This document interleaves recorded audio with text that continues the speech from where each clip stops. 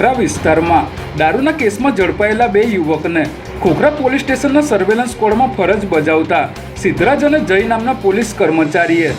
માર નહીં મારવા અને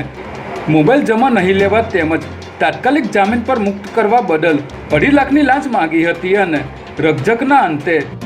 1 લાખ આપવાના નક્કી થયા હતા ત્યારે ફરિયાદી એસીબીનો સંપર્ક કરી ફરિયાદ આપતા એસીબીની ટીમે મણિનગરના ઝઘડિયા બ્રિજ પાસે છટકું ગોઠવી લાંચ લેવા આવનાર વચેટિયા સુરેન્દ્ર પરીખને લાંચની રકમ સ્વીકારતા રંગેહાથ ઝડપી લીધો હતો જ્યારે લાંચ માગનાર બંને પોલીસ કર્મચારીની શોધખોળ હાથ ધરી છે।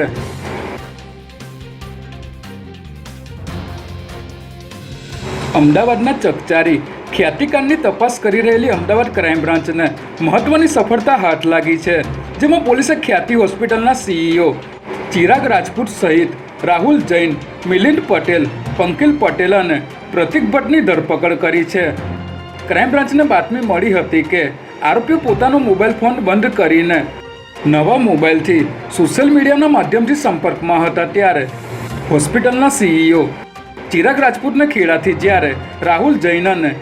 મિલિંદ પટેલને ઉદયપુરથી ઝડપી લેવામાં આવ્યા છે અને આ ઉપરાંત પંકિલ પટેલ અને પ્રતિક ભટ્ટની પણ ધરપકડ કરવામાં આવી છે।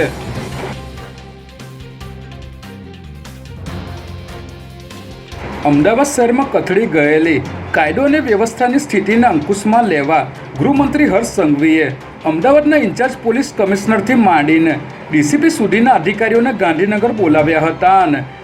જરૂરી સૂચનાઓ આપી હતી ત્યારે અમદાવાદ પોલીસે કોમ્બિંગ અને વાહન ચેકિંગ દરમિયાન 400 જેટલા દારૂડિયાઓ અને 1400 વાહનો ડિટેન કર્યા હતા, જેને પગલે અમદાવાદ સિવિલ હોસ્પિટલ બહાર દારૂડિયાઓના ચેકઅપ માટે પોલીસના વાહનોની લાંબી લાઈનો જોવા મળી હતી।